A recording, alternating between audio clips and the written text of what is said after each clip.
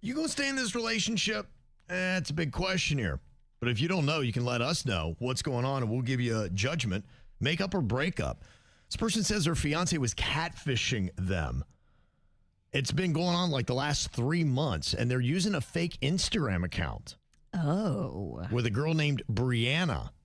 And apparently the whole thing with this Brianna was she was baiting me to see if I would cheat. I didn't bite. But that's not the point anymore. The fact that she went through all that trouble, created a whole fake person, sent flirty messages, and even had Brianna try to get me to meet up for drinks is what is now messing with my head. And then when I confronted her, she said she only did it because her ex cheated and she needed to know if I was different than her ex. Now, the wedding's coming up in 6 weeks. My family has already flown in from out of state. Oh, no. Venue all paid for. Now, look, I've genuinely loved her, but I just can't stop thinking about why would you do this now? And she just said, I just had to know for certain that you were not going to cheat on me. And I had to test that before I said I do. And I'm like, the fact that you had to test questions whether or not we should even be together in the first place. So do you think I should call off the wedding or just chalk this up to she made a terrible mistake and she proved her point and she knows I'm not going to cheat on her, even with a hot chick named Brianna when she tries to DM me on Instagram? This is a tough one because, yeah, she was deceptive and weird and she got busted, which is the most embarrassing part of all. Like, if you're going to do something like this, make sure you're as slicky enough to pull it off. And you obviously weren't. So you went outside of your skill level trying to be all slick. We all bring baggage into relationships of, unfortunately, the people that have hurt us in the past.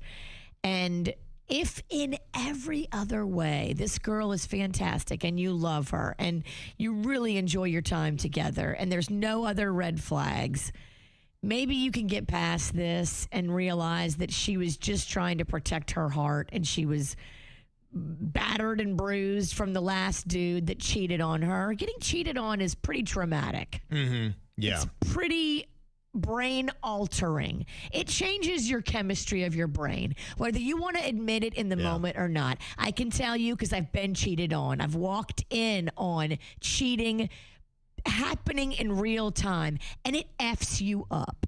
And it makes you do things and say things and act in ways that maybe you wouldn't have done prior to the cheating.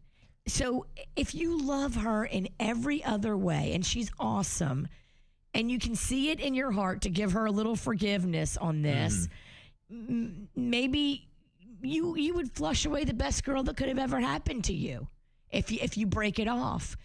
This is at least worth exploring in front of a paid professional psychiatrist. I would go psychiatrist on this one.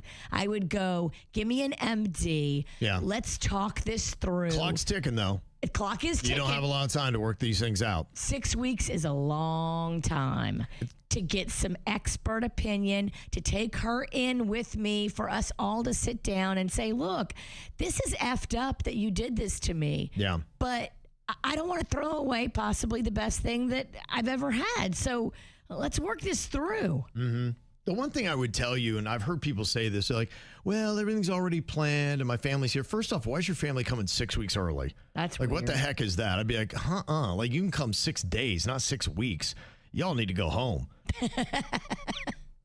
But that's the whole thing. I would never let that be the reason why you get married, because everything's planned and family's here. I don't care if it's all set up and they're all waiting for you at the chapel, wherever you might get it. If it's not the right thing and you discover that, it's a lot better to be like, you know what? Something came to light and this isn't going to work out.